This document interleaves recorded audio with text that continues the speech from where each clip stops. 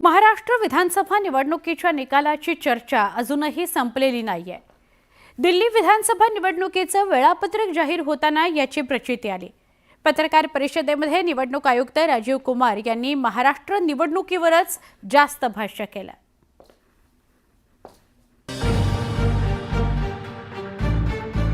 निवडणूक आयोगाने पत्रकार परिषद घेऊन दिल्ली विधानसभा निवडणुकीचं वेळापत्रक जाहीर केलं।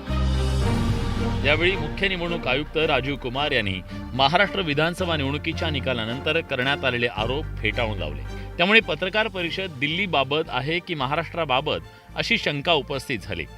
ईव्हीएम मधील छेडछाड, मतदार याद्यातले घोळ, वाढलेल्या मतदानाच्या टक्केवर करण्यात आलेले सगळे आरोप फेटाळून लावण्यात आले।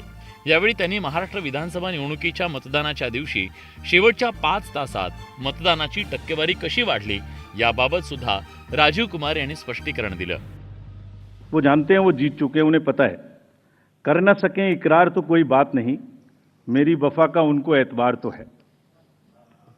शिकायत भले ही उनकी मजबूरी हो, मगर सुनना, सहना, सुलझाना हमारी आदत तो है। मतदारांच्या आकडेवारीत फेरफार करणं अशक्य आहे असं राजीव कुमार यांनी स्पष्ट केलं। यावेळी कुमार यांनी उद्धव ठाकरेंचं नाव न घेता टीका केली। हम चेकिंग में कोई भेदभाव नहीं करते।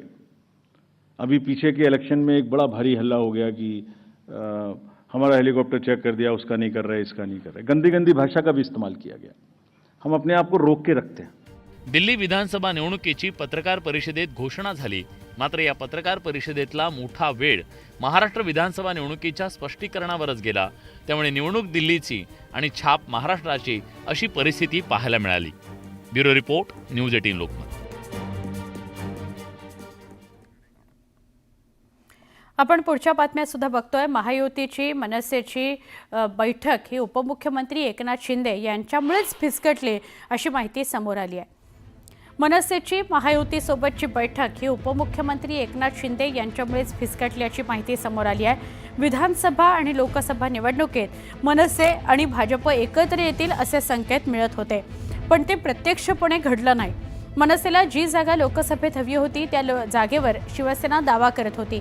तसंच मनसेला त्या जागेवर लढायचं असेल तर धनुष्यबाण चिन्हावर लढवावं अशी शिवसेनेची भूमिका होती, पण मनसे अध्यक्ष राज ठाकरे यांनी तो प्रस्ताव धुडकावला।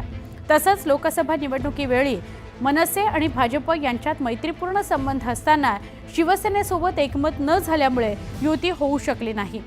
याबाबत मनसेच्या बैठकीत चर्चा झाल्याची माहिती सूत्रांकडून मिळते आहे।